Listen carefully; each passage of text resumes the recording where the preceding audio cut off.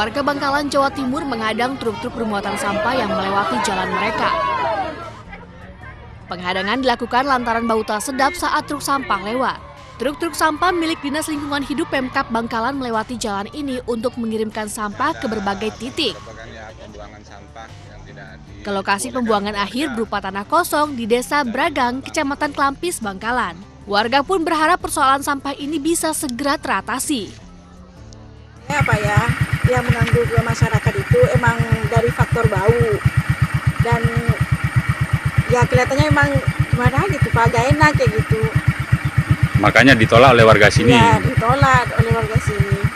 Soalnya mengganggu banget sama masyarakat sini Pak gitu. Ini sudah berapa lama dibuang ke sini sampahnya? Lumayan lama sih Pak. Yang dibuang Sudah ke mau sini. setahun kalau nggak salah.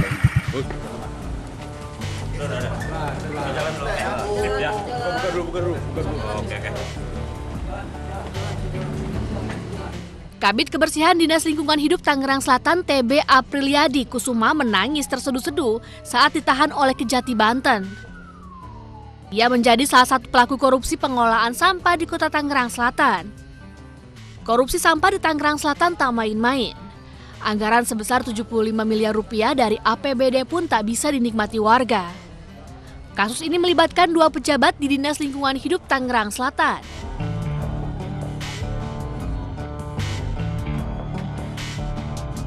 Empat orang ditetapkan sebagai tersangka.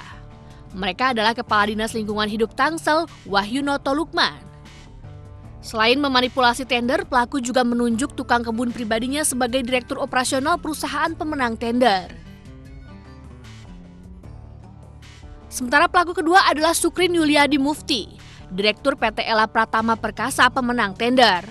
Selaku pemenang tender, pelaku memberikan 15,4 miliar kepada pejabat Dinas Lingkungan Hidup. Mirisnya, meski telah menerima uang, namun pelaku tidak menjalankan tugasnya untuk mengelola sampah.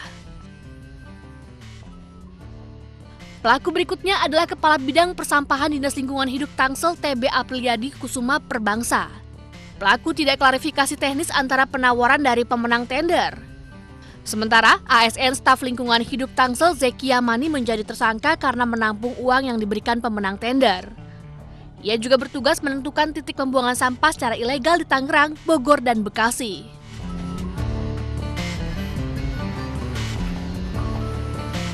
Tak hanya di Tangerang Selatan, sampah juga menjadi masalah di kota Yogyakarta.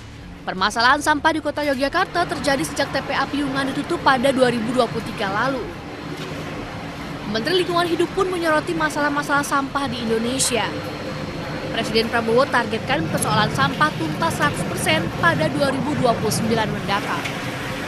Menyelesaikan sampah secepatnya di masa kepemimpinan beliau dengan target 100% di 2029. Sebagaimana secara detail Bapak Presiden sampaikan di dalam Peraturan Presiden Nomor 12 Tahun 2025 tentang RPJMN. Jadi sampah diminta selesai di 2029, untuk 2025 harus ditangani sebesar 50%. Hari ini kita baru 39% secara nasional, sehingga masih ada gap 11%. Berdasarkan data Sistem Informasi Pengelolaan Sampah Nasional Kementerian Lingkungan Hidup dan Kehutanan, Indonesia menghasilkan 33,79 ton timbunan sampah. Sisa makanan mendominasi sampah di Indonesia, yaitu sekitar 39,36%. Sampah plastik berada di posisi kedua, yaitu 19,64%. Kayu dan ranting menyumbang 12,62% dari total sampah di Indonesia. Diikuti oleh kertas sebanyak 11,16% dan logam 3,43%. Pengolahan sampah harus dikawal dari hulu ke hilir, mulai dari rumah tangga dan sektor industri hingga ke tempat pembuangan akhir. Tim Liputan iNews melaporkan.